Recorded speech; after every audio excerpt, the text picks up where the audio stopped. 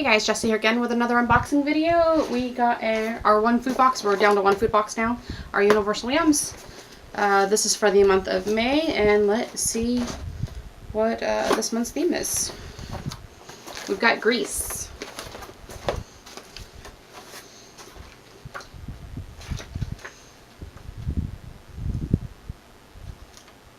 I have no idea what that says.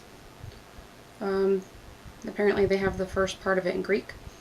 What's that? You don't speak Greek? Actually, you do. Many words from the English language can be traced way back to the language of the ancient Greeks.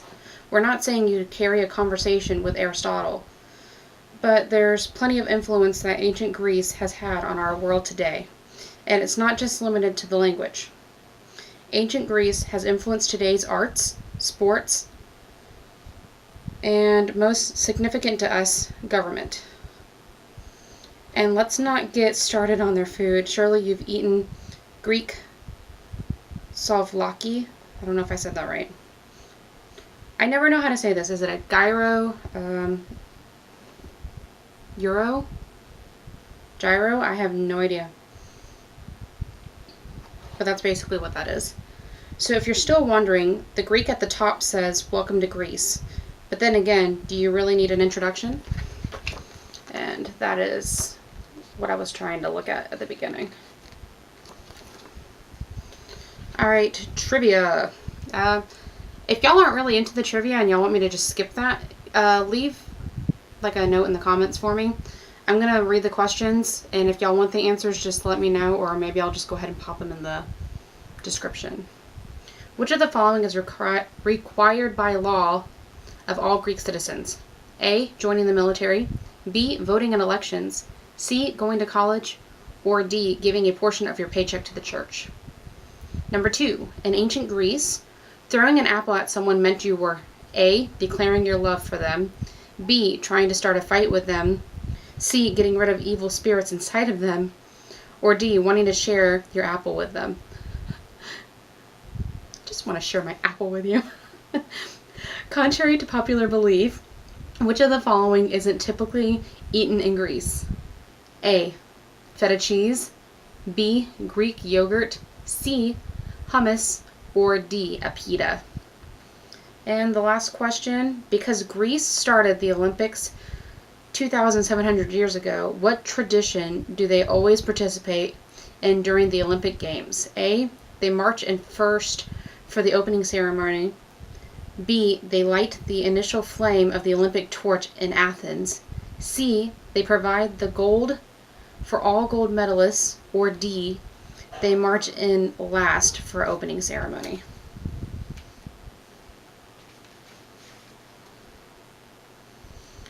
And then like the last parts of the booklet have a learn to make Greek tatsiki. I don't even know how to say that.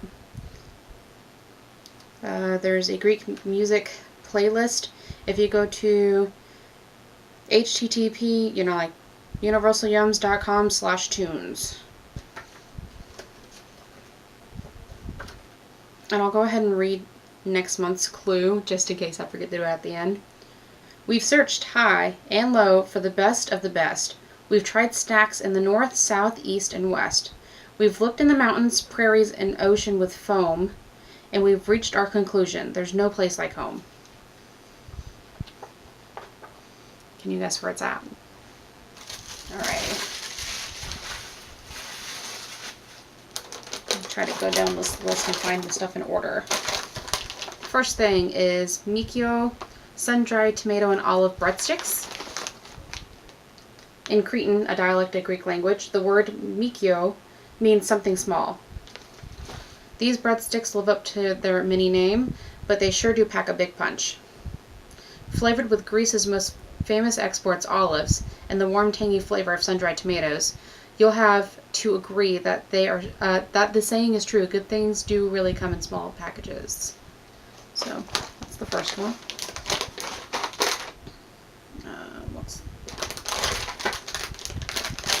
Ah!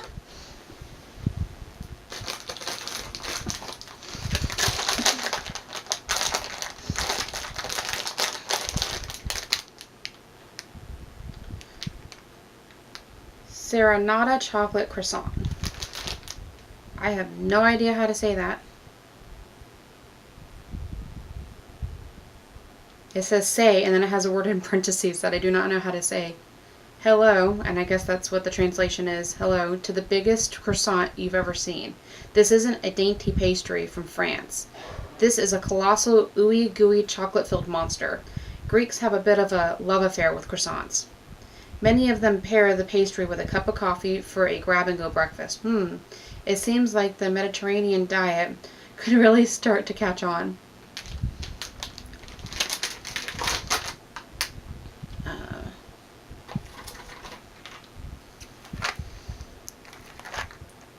Rose Mez Pastilles.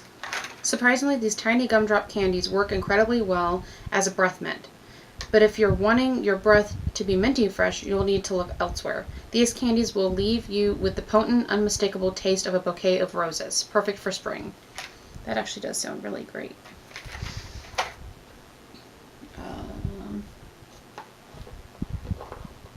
These ones? Or is it? No.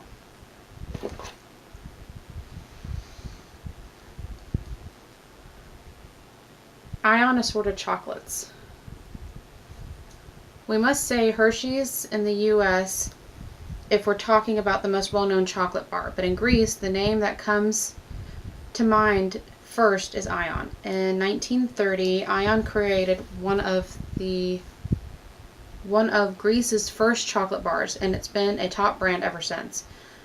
You'll get to try a few of their most famous types of chocolate with a mix of 4 flavors: mocha, amaretto, almond, praline, or nougat. I dropped one, and I got mocha.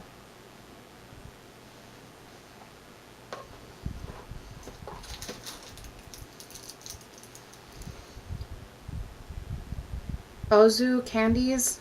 These little candies are inspired by the greased liquor Ozu. Ozu, I don't know if I'm saying it right. It's O-U-Z-O is how it's spelled. Hands down, it is the most popular drink in Greece. It's an anise flavored vodka and tastes a bit like black licorice. Many locals in Greece swear that drinking Ozu, I don't know if I'm saying it right, is the secret to longevity. I can't say anything right now. Considering that Greece is home to many of the world's centenarians, people who live to 100 years, trying a handful of these candies is certainly worth a shot. Wow, I cannot read today.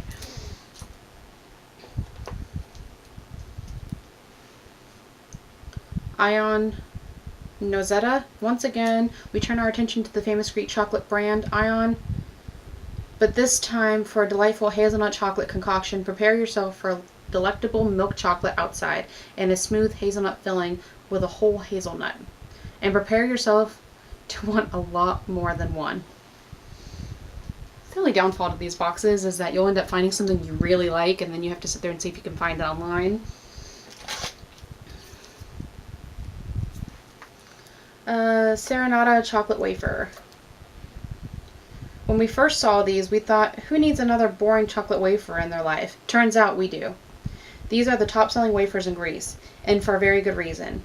With a super crispy wafer inside and a light milk chocolate coating, they're seriously addicting. We have to say that they give Kit Kat a run for their money. And the last thing, it is a bonus item, saffron herbal tea.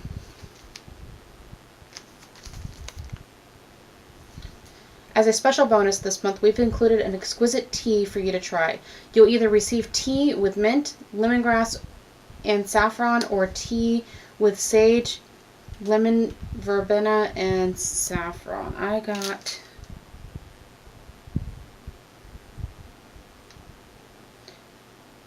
herbal tea with mint and lemongrass. The most important ingredient that these two teas share is saffron. Saffron is the most expensive spice in the world. The reason every flower of saffron produces only 3 threads, which must be hand-picked for consumption. In Greece, saffron grows in only one part of the country, up north in Kozani City. This is where the saffron in your tea originates from. Brew a cup and savor every single slurp. Alrighty. Well, I know I can't have the saffron, and I know I dropped a piece of chocolate over here. I'm trying not to knock over my tripod. Okay. Alright, so I'm going to try one of the Ion mochas.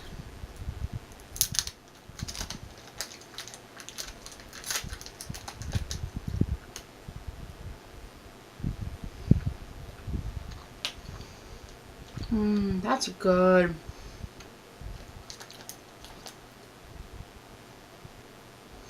I wish I could just like take this and like hand it to you through the screen and let you try some.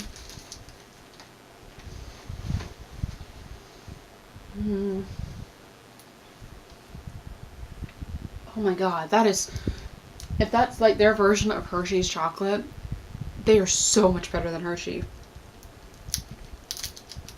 Oh my god. I'm gonna try their other one, their Nozetta. Well, it even has, I don't know if y'all can see that. It has like a little swirly design in the top of the chocolate. And it had like a double wrapper, like a clear one and then the foil one on the inside.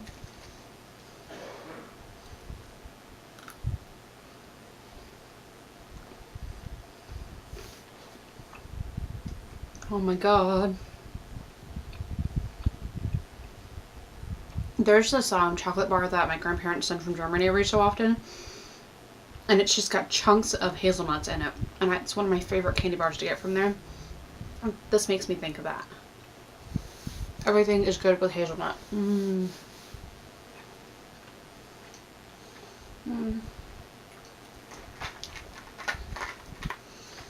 Actually, I'm going to save that for last. I'm going to try one of the breadsticks and then end with the little rose candies.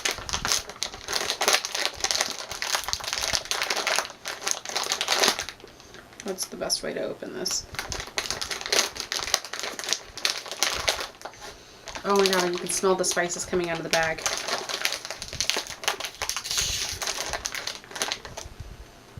That smells good. Mini breadsticks with extra virgin olive oil, sun-dried tomatoes, and Kalamata olives.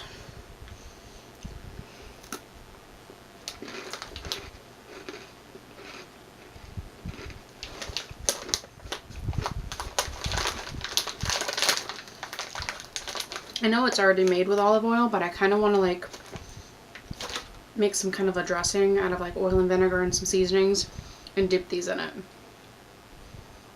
I think it'd give it an extra little something, make it even better. But these are pretty good.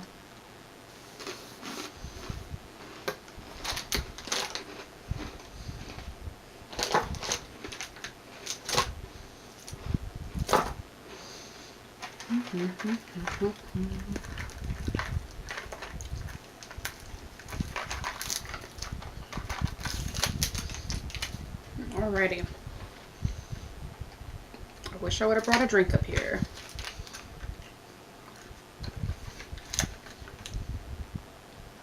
Last thing is, I forgot what these were called.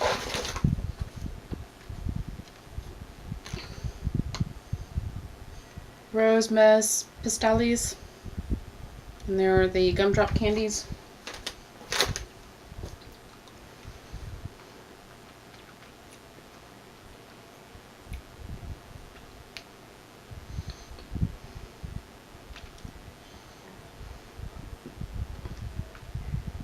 It's very weird.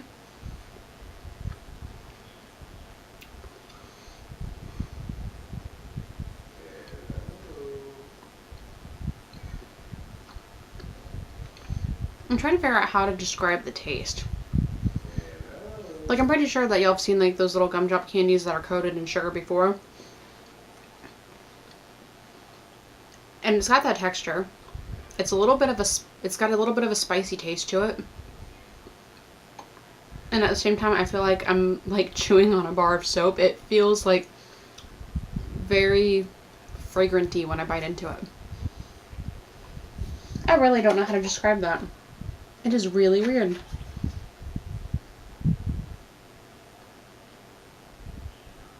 It doesn't leave a long-lasting sweetness in my mouth like it says it does. It's supposed to.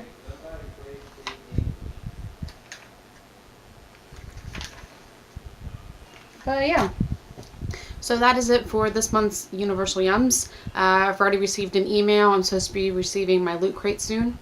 They're getting it ready to go in the mail. Usually they send them out by the 20th. It's usually like the date when they're supposed to have them out, but I should be receiving it by then. And yeah, until next time, guys. Bye.